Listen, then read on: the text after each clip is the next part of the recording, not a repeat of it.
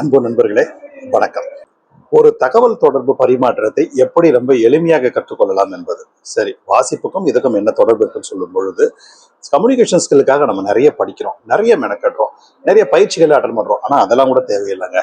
Just writer Sujatha எழுதின எந்த கதைகளாக இருந்தாலும் அதுல ஒரு பேராகிராஃப் படிங்க, நிச்சயமாக அதுவே போதும். நான் சொல்வது மிகையாக இருக்கலாம், ஆனா ஒரு விஷயத்த நான் எடுத்துக்காட்டாவே நான் சொல்றேன். அஸ்திவாரம்னு சொல்லிட்டு சுஜாதாவின் மர்ம கதைகள் என்கிற ஒரு தலைப்புல தொகுக்கப்பட்ட ஒரு கதை. கதையினுடைய கரு என்பது இதுதான். ஒரு இடத்துல சிவில் ஒர்க் நடக்குது, அங்க ஒரு கொலை நடக்குது, அந்த கொலையை ஒருத்தர் கண்டுபிடிக்கிறார்.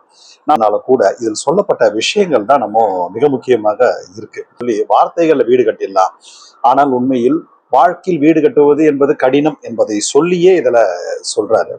இதுல இந்த மொத்த கதையிலேயுமே ஒரு பெண்ணை சுற்றி தான் இந்த கதை நடக்குது. அந்த பெண்ணை பற்றி அவர் எடுத்து சொல்வதற்கு, வர்ணிப்பதற்கு எல்லாமே 4 பக்கம் 5 பக்கம் 3 பக்கம் எடுத்துப்பாங்க. ஏன் குறைஞ்சபட்சம் 2 பக்கமாவது எடுத்துக்கணும். ஆனா இவர் ஒரே ஒரு பேராகிராஃப்ல சொல்லிட்டு போறாரு. இதுதான் நான் கம்யூனிகேஷன் ஸ்கில்னு சொன்ன விஷயம். அதை நான் வாசிக்கிறேன். அந்த பெண்ணில் ஒருத்தி குறிப்பிடும்படியாக இருந்தால் 20 வயது இருக்கலாம்.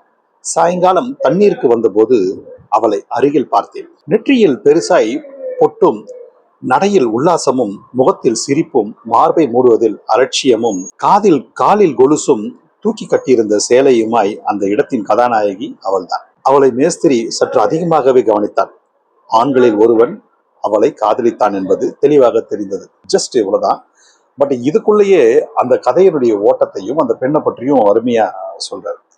அந்த இடத்துல ஒரு கொலை நடந்துருது. அந்த கொலையை ஒருத்தர் பார்த்துடுறாரு. பார்க்கும் பொழுது அந்த மேஸ்திரி என்ன பண்றாரு, அவன் முழு சிகரெட்டை புஷ் என்று வீணாக்கி கொண்டிருந்தான்.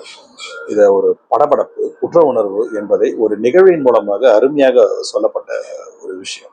அதே மாதிரி காவல் நிலையத்துக்குள்ள ஒருத்தர் போகும் பொழுது எப்பவுமே ஒரு படபடப்பா எப்படி பேசுறதுன்னே தெரியாது.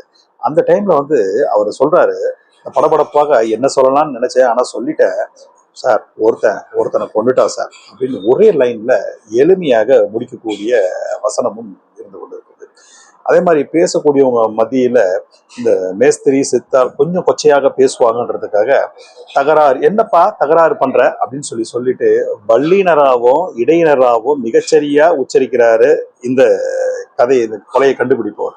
ஆனா அதுக்கு திருப்பி மேஸ்திரி கொச்சையா தான் பேசுறாரு என்பதற்காக அதுலயே என்ன பண்றாரு, வல்லினராகவும் இடையினராகவும் மாத்தி போட்டு தகராறுக்கு மாத்தி எழுதுறாரு. ரொம்ப ஒரு பியூட்டிஃபுல்லான ரைட்டிங். இதை விட ரொம்ப வியந்த ஒரு விஷயம் இருக்கு. இந்த நிகழ்வை பார்த்து கொண்டு நான் வியந்து தட்டு தடுமாறி நின்று கொண்டிருந்தேன்.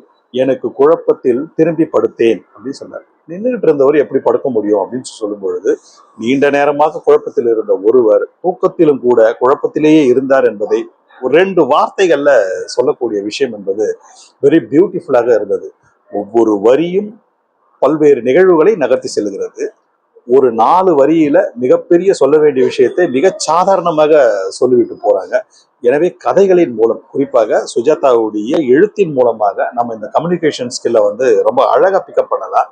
வாசிப்பு என்பது ஏதோ சுவாரஸ்யத்திற்காகவும் பொழுதுபோக்குக்காக மட்டுமல்ல, உண்மையிலே அதற்கு வாழ்க்கைக்காக கம்யூனிகேஷன் ஸ்கில் என்பதை கற்றுக்கொள்வதற்கு தொடர்ந்து வாசியுங்கள்.